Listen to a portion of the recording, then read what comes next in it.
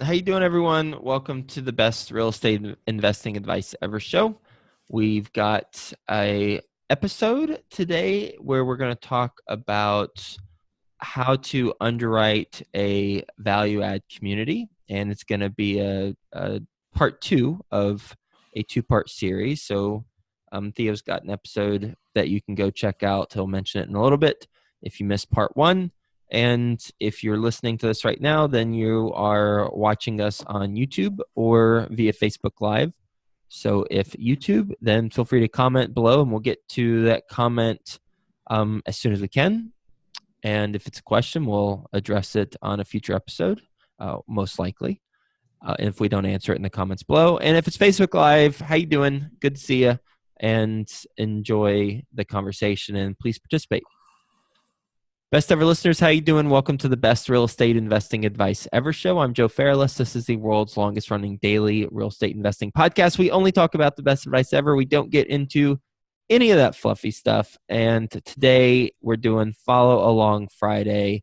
It's part two of a two-part series on underwriting a value-add apartment community. Part one is what episode is that, Theo? 1445. 1445 is part one. 1445. That's a bunch of episodes. Part one was 1445, that episode. And so you'll probably want to listen to that one if you haven't yet. This will make a lot more sense because this is part two of 10 tips for underwriting a value add apartment community.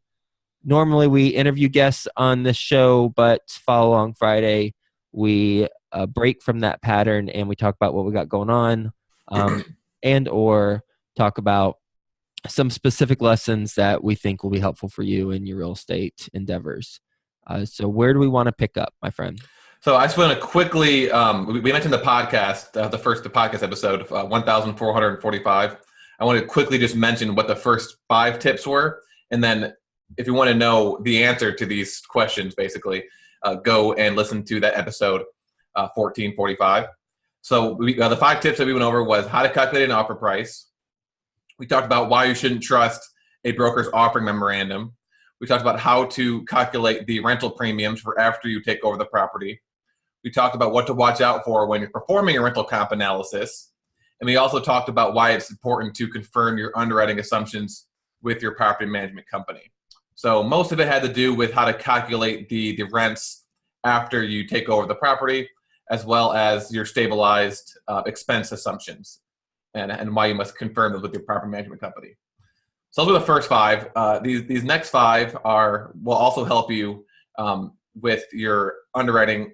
And just before I go into it, I was going through bigger pockets and trying to add value to people, and I can tell that there's a lot of confusion on the underwriting for larger apartment communities compared to the smaller properties. So I'm really glad that we're doing this episode, and that just kind of confirms the need for this type of information out there. In what ways are you finding most common that's causing confusion, or what's most common that's causing confusion? Well, actually, this first one, and that I want to go over. Good segue. You're a smooth operator. which is technically number 6, but it has to do with the actual rents. And so when just for example, when you're doing a regular smaller deal, you typically look at what their actual rent is, and then you'll do your rent comp analysis or talk to a property management company and figure out what the rent could be after you take over. But for apartments, it's a little bit different because you're on such a large scale. A 2% decrease in rent across one unit is going to be have a much larger impact on your revenue because there's 100, 200 units. So when you're underwriting a deal, you don't want to just input the actual rent that's being collected. You want to input the market rent. And so I think what people have trouble with is distinguishing between the actual rents and the market rents. So the actual rent is the rent that's being collected on the actual lease. So if someone signed a lease for $600 a month, that's how much they're paying. The market rent is how much the unit should be rented for if it was rented to market standards. Now, sometimes those might be the exact same, but if they're not, the difference between those two is called loss to lease. And I see a lot of people confused about what this loss to lease means. And the loss of lease is the amount of rent lost due to the actual rents being below the market rents. Now, the reason this is important, number one, is because if you rent out a unit to someone 12 months ago at market rent, 12 months later, you're not going to be increasing the rent each month. So 12 months later, they're going to, assuming the market went up, their unit is going to be below market rent. So that difference is called loss of lease. That's money that you're leaving on the table because that unit's not up to market rate. Now, typically, a good percentage of this, a good percentage you want to see is between 2 and 3% because you are assuming that the rent is going to increase 2 to 3%. But for example, I was looking at an apartment deal yesterday where the loss of lease was $100, and if you just input the actual rents, then you won't have an understanding of the historical loss of lease of that property, which is really important because you want to know what the loss of lease will be after you acquire the property because you want to know how much money you're leaving on the table. So that's one big thing, the difference between the market rents and the actual rents. Something else that you need to take into account is the vacancy, of course. But again, something else that's different between how you typically underwrite a smaller deal and how you underwrite an apartment deal is you don't want to use the percent of vacant units. You want to use the vacancies lost, so the rent that's lost due to the vacant units. So for example, if you have 10 vacant units and they're all one beds, the amount of money you're losing is a lot different if they're all 2-bedroom units. And this comes down to the distinction between the economic and the physical occupancy rate, which we've talked about a lot on this podcast. And the physical vacancy rate is not as important as the economic occupancy because you want to know how much money you're actually collecting, and the physical occupancy rate does not take that into account. So you're going to have 90% physical occupancy rate, but maybe 10% of those units aren't paying the rent on time or aren't paying rent in general or are paying only a portion of the rent. Your economic occupancy rate is going to be 80%, and that's actually what's going to be used to calculate the cash flow, not the physical occupancy rate. So kind of a combination of all those things, and which have to do with the actual revenue line items, knowing the difference between the actual rent and the current in the market rents, and also the difference between the physical and the economic occupancy rate. I think understanding that will help you, a lot when you're underwriting type of deals. And this information is so valuable. I did not have a source. Well, scratch that. I was not resourceful enough when I got started to find the source that educated me on this. And I'm so glad that we're talking to the best ever listeners about this because it's necessary to know. And if you're wondering like how to double check economic versus physical occupancy, well, you double check that in 3 ways. One is the profit and loss statement that's provided to you. They might fudge the numbers a little bit or a lot. 2 is the actual leases to verify that those leases add up to the rent that is allegedly being collected. And then 3 would be the bank statements, looking at the bank statements for that entity and determining how much income is coming into the property. A lot easier to do on larger deals than smaller deals because it's been my experience talking to people, because I haven't bought a property less, I went from single family homes to 150 plus units. So I haven't done the middle range, but I've talked to people who have, and one common challenge that they come across checking the bank statements is the owner mixes their bank statement, mixes the income with all their other bank stuff, all their other income sources. And so it's really hard to parse that out. And a solution to that is hire a firm that will help you with that, assuming that you can get those bank statements from the owner. Exactly. And something else that I want I want to focus on before we move on to the next step is, if you can listen to the last episode when we talked all about how to calculate the rental premiums and what to look for in the offering memorandum. When you're looking at a deal, they're going to tell you, they're most likely going to tell you what the market rent is, but always make sure you're double checking that it's accurate, and always make sure that they're basing that off of rental comps that are similar. Because I was just looking at a deal yesterday where they told me that the market, the property had $100 loss to lease. The units as is were $100 under rented, and here's the comps to prove it.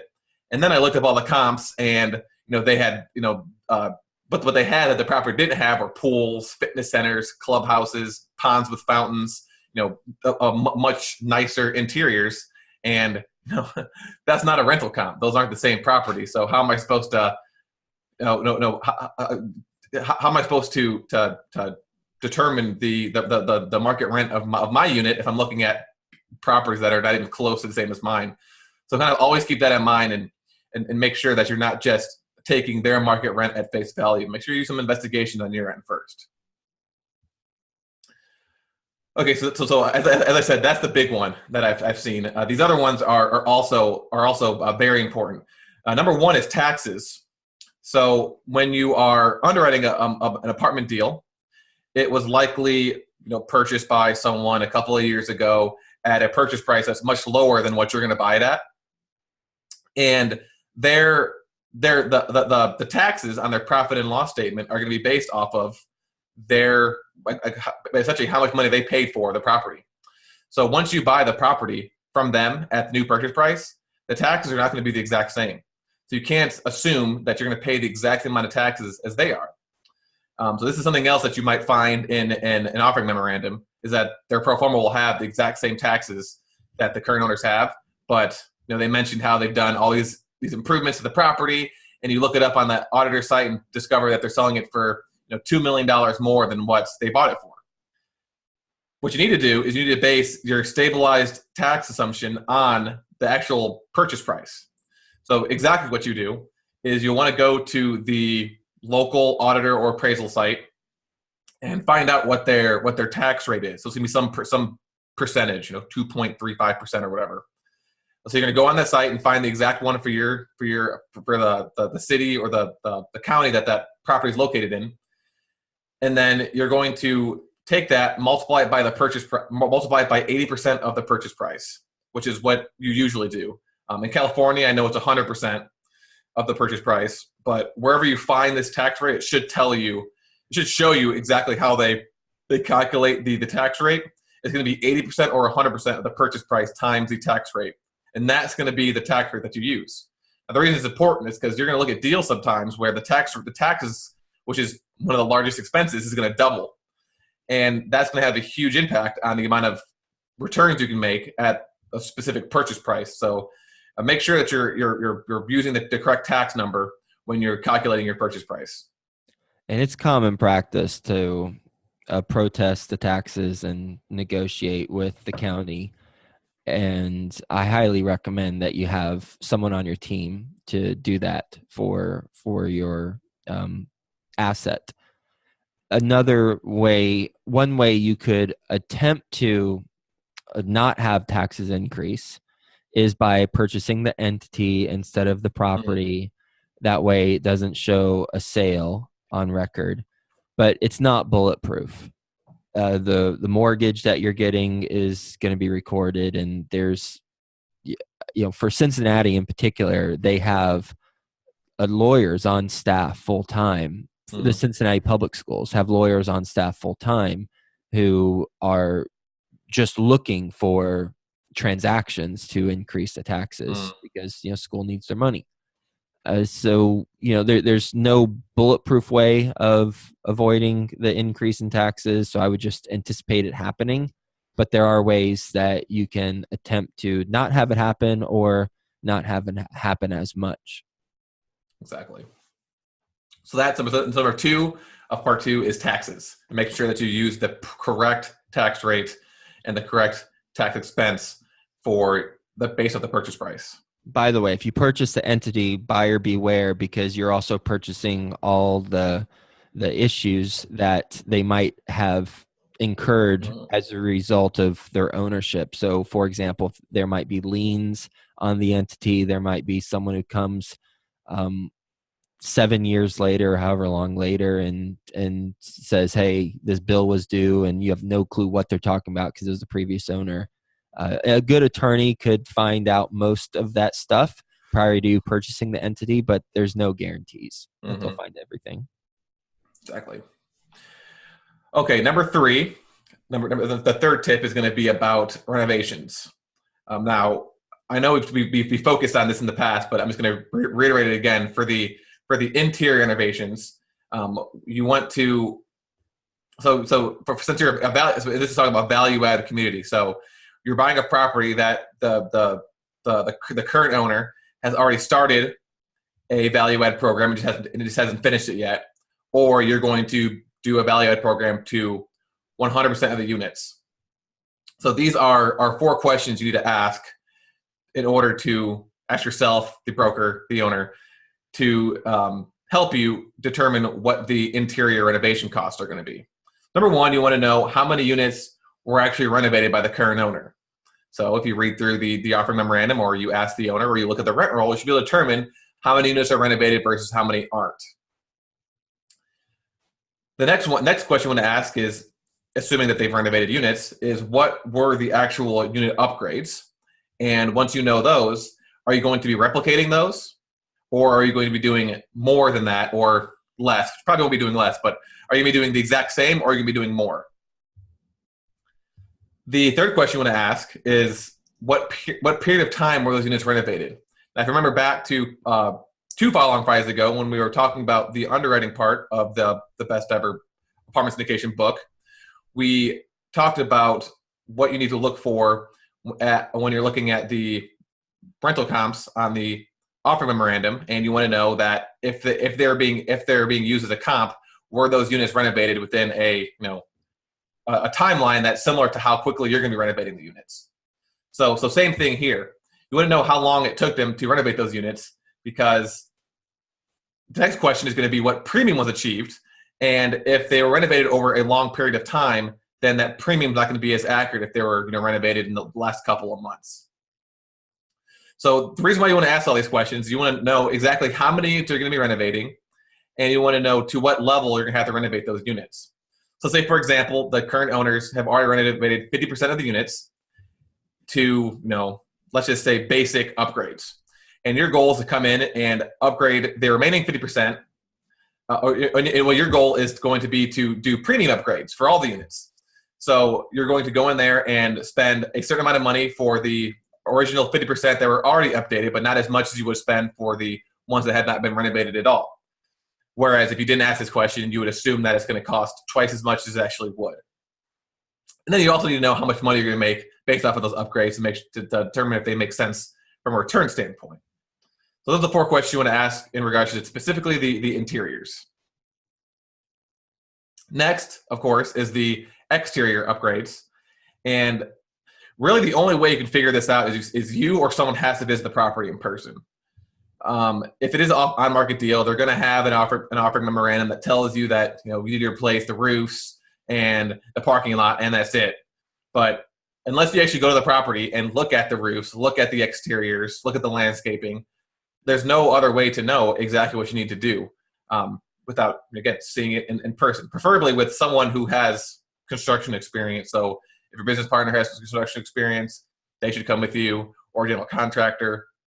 And of course, if you're not in the market, either plan a trip, or if you have a trusted team member or a property management company or a real estate broker is willing to go there and do it for you, take pictures, take notes, that could help too. But overall, the idea is you have to, in order to determine the exterior budget, you have to go visit the property in person. And then lastly, once you've determined exactly how much money it's going to cost for the interiors and exteriors, you always want to have a contingency for the unexpected. Because again, you're just looking at it with your eyes before you're submitting an offer. And so it's going to be an assumption of how much it's going to cost. So you always want to add in a little extra just in case you uncover some things during due diligence that you didn't expect, or if you uncover things after you buy the property that you didn't expect. So a good rule of thumb here is 10 to 15% of the entire budget. So you want to take the interior costs plus the exterior costs and add an additional 10 to 15%, and that'll be your total renovation capex budget. That's number 3. Or 8. 8. Right. Great. Yep. Number 9 is actually one of the 3 laws, the immutable laws of real estate investing, and that is always have reserves, operating reserves, when you're buying a property. And so when you're buying when you're underwriting a value-add apartment deal, and you've got all of your assumptions inputted, you have your purchase price, at least an idea of what the purchase price is going to be. You want to add in an additional 1 to 5% of the purchase price as an operating account fund. Now, and then obviously the higher range is if there's a lot more deferred maintenance on the property. The lower end range is if the deferred maintenance is already addressed. Now, this is to cover unexpected dips in occupancy. This is to cover unexpected capex projects. These are essentially to cover things that that you can't pay for with the amount of revenue you've made so far within the first couple of years. Because, of course, you're keeping an ongoing lender reserves and you're going to have cash flow coming in. But if something happens the first couple of years, you haven't created a fund for that yet, how are you going to pay for it? You got to do a capital call, pay for it out of pocket. I don't know how you're going to do it, but you're not going to have to worry about it because you're going to have an operating account fund. Now, a specific example of where this would have come in handy for me is if you're a loyal Best Avenue listener, when I talked about my 3 4-plexes, this is all the boiler issues I went through. If I would have had an operating account fund, I would have been able to not pay. Well, I mean, I guess it would have technically been out of pocket regardless because it was my money either way, but I wouldn't have been as surprised. And I would have just been able to take it out of a fund that I already had as opposed to having it coming out of my personal expenses. And another example of when this would come into handy is, let's say you are underwriting a value add deal, and all of the it meets your return projections on overall during the hold period. But let's say year 1, the cash on cash return is lower than the preferred return you're offering to your investors. An operating account fund is a way that you can pay that difference upfront for the first year, and then of course the cash flow from the property will cover the rest. Or you can just have it accumulate, but this is just another option for getting your investors their returns starting from day 1.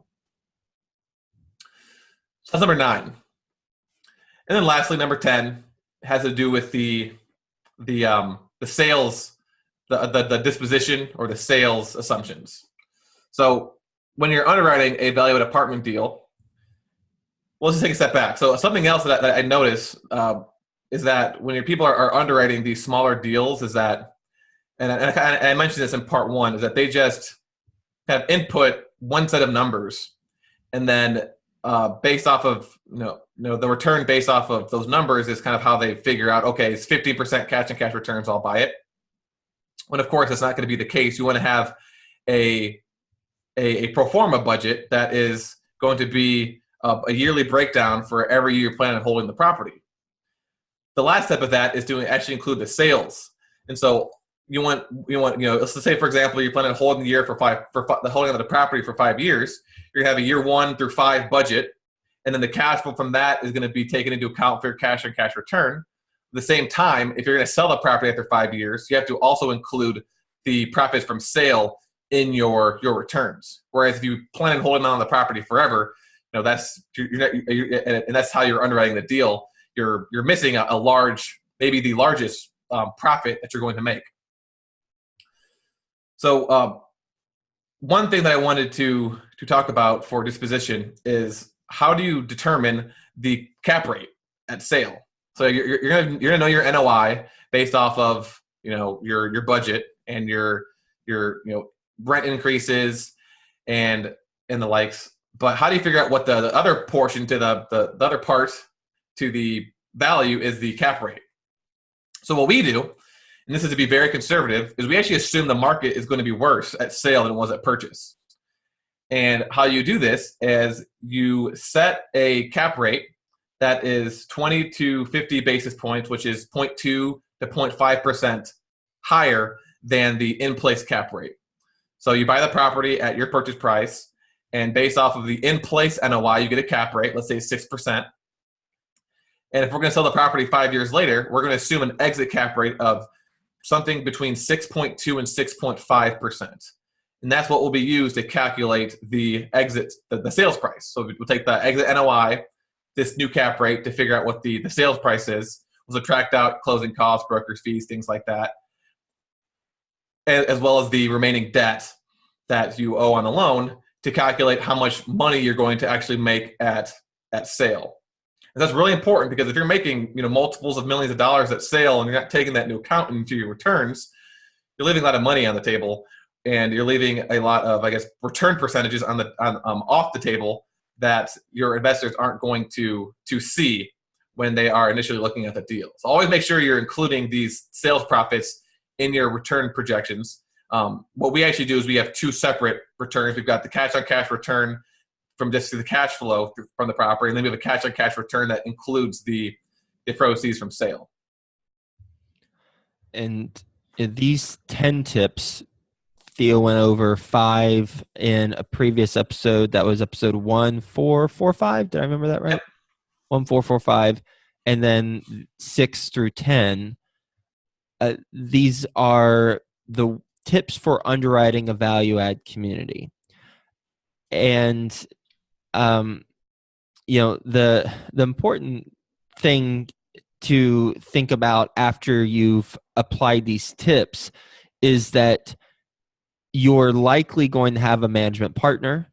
And if they're not aligned with you on how you're underwriting, then you might as well just throw it out the window and then hand your wallet over and tell them to take it.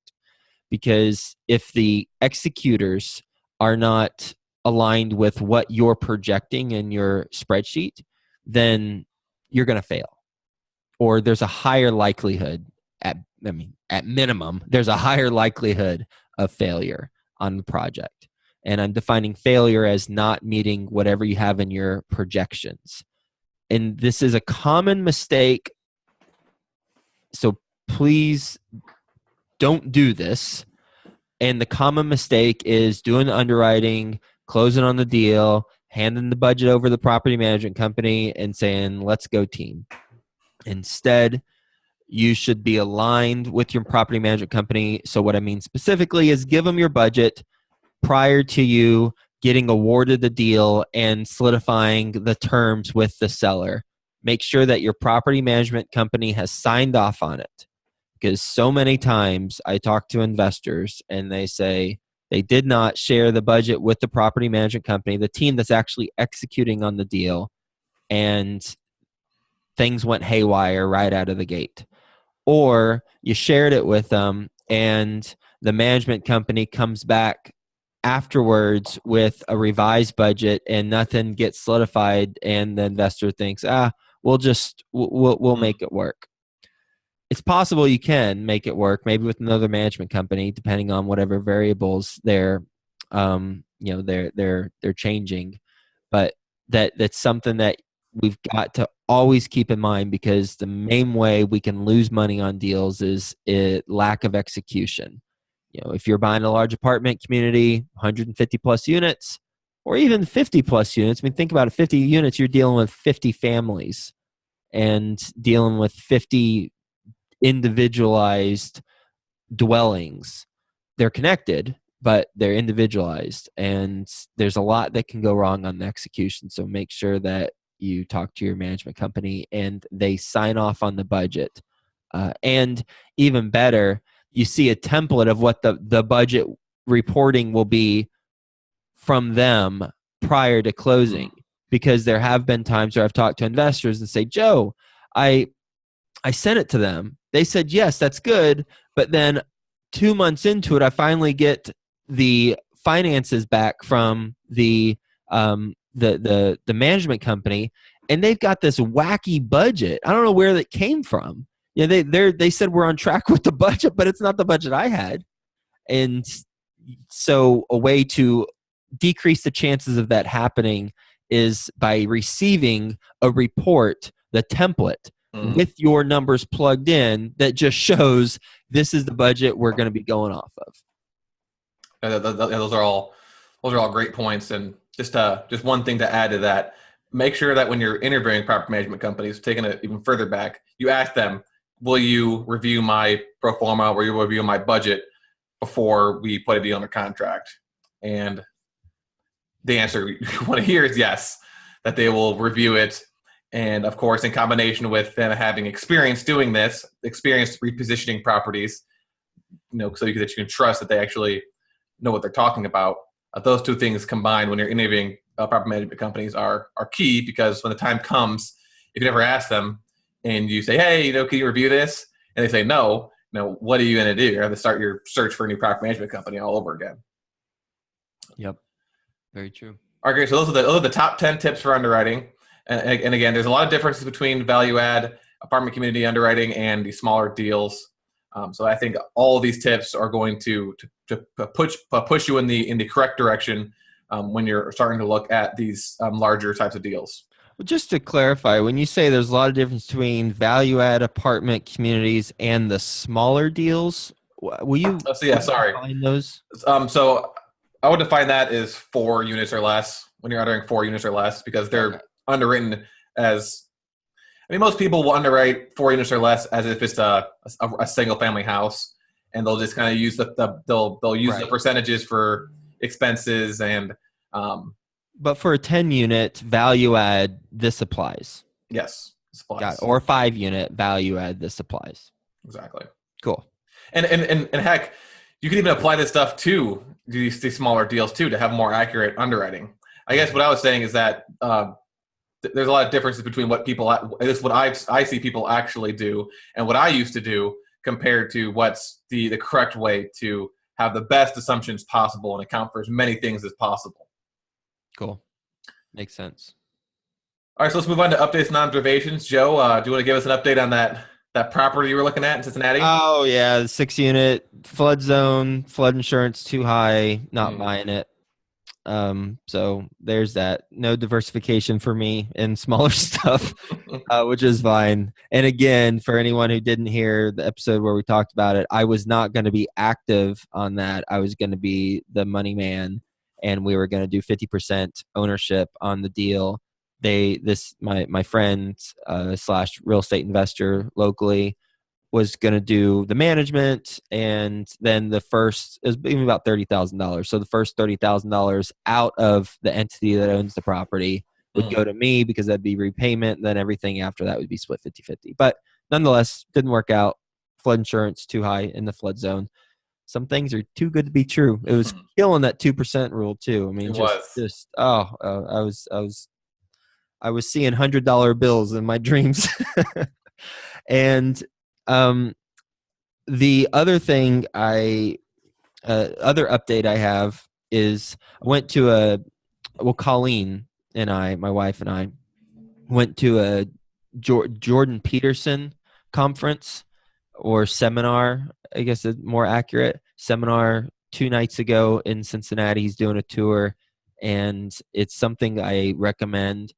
He's doing a tour all over the country. I send it to my siblings who live in Dallas, Fort Worth, because he's going to be there October 11th.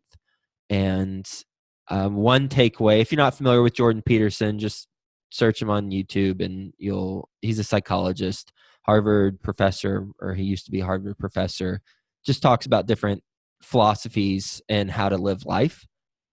And one thing I wanted to mention that really resonated with me, and I am going to write a blog post about all the lessons I learned from this seminar.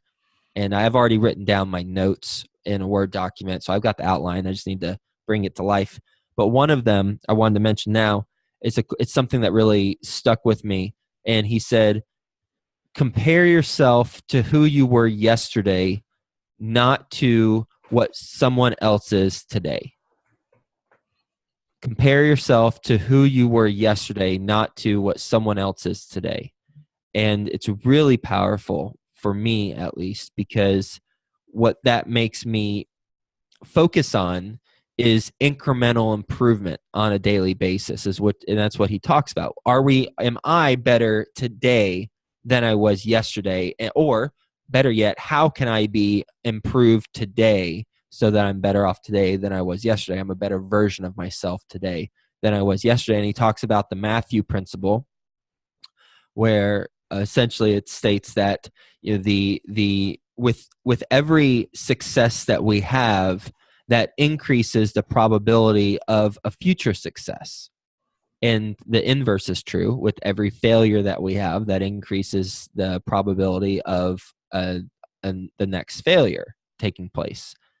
And so what do we do with that information? Well, what I do with that information and what he talks about is, if there's something that we are working on, and we want to make like a large goal happen, or a small goal. Let's do a small goal. For me, it's not eat as many sweets. So if I instead, just have one less sweet, one less bite of ice cream a day, or I don't eat ice cream every day, by the way. if I do something one less time and not totally remove it, then that's incremental progress. And if and there's a compounding returns on that. And same with, the podcast. The podcast is a great example. We have a daily podcast. It's been daily for the last 1,500 days. Holy cow, there have been compound returns on this podcast. It's made me a multimillionaire. That's for sure. The podcast, in an indirect way, it's made me a multimillionaire.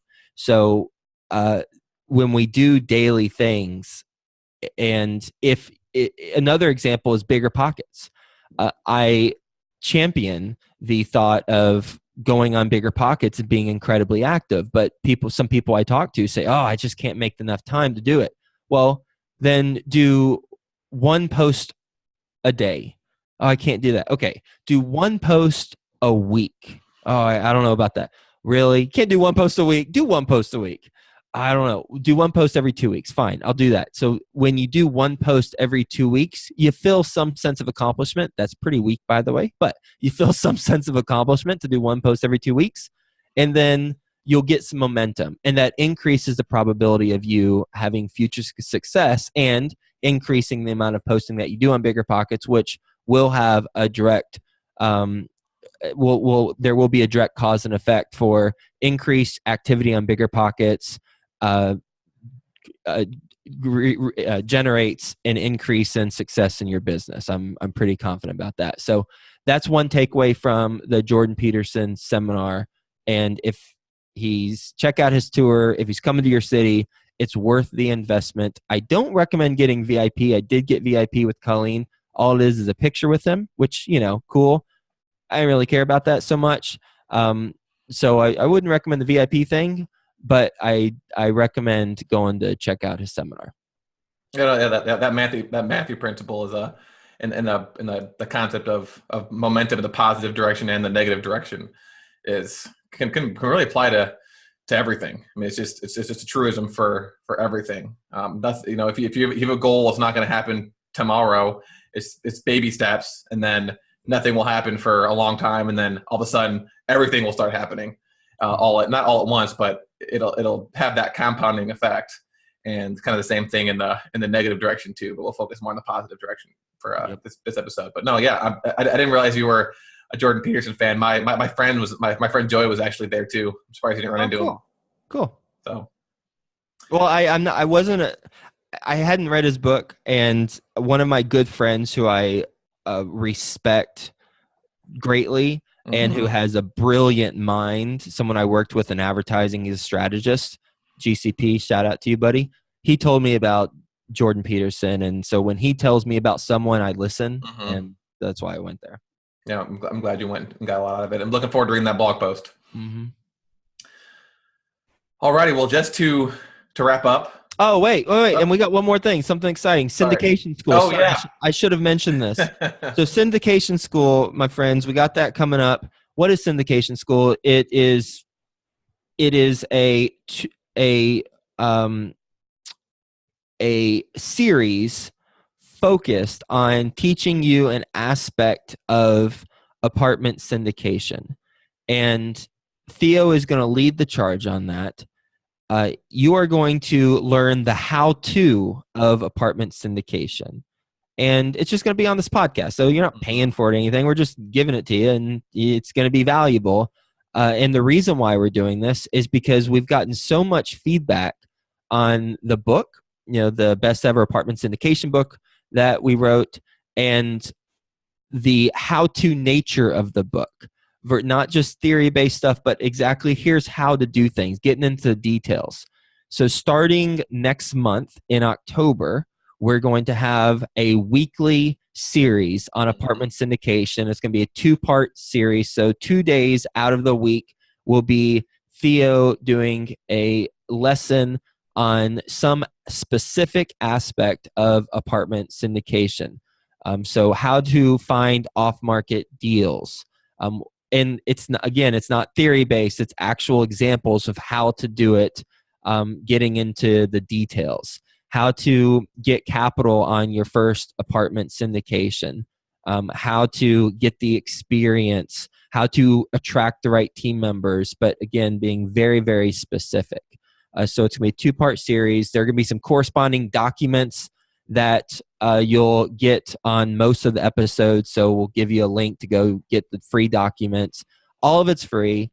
And it's going to be a great way to add value to you if you are a apartment investor, or you're someone who wants to bring more capital to your deals via partners, passive or active partners, or someone who's looking to scale your business. If you're in none of those categories, then just skip these 2 episodes whenever they come up each week.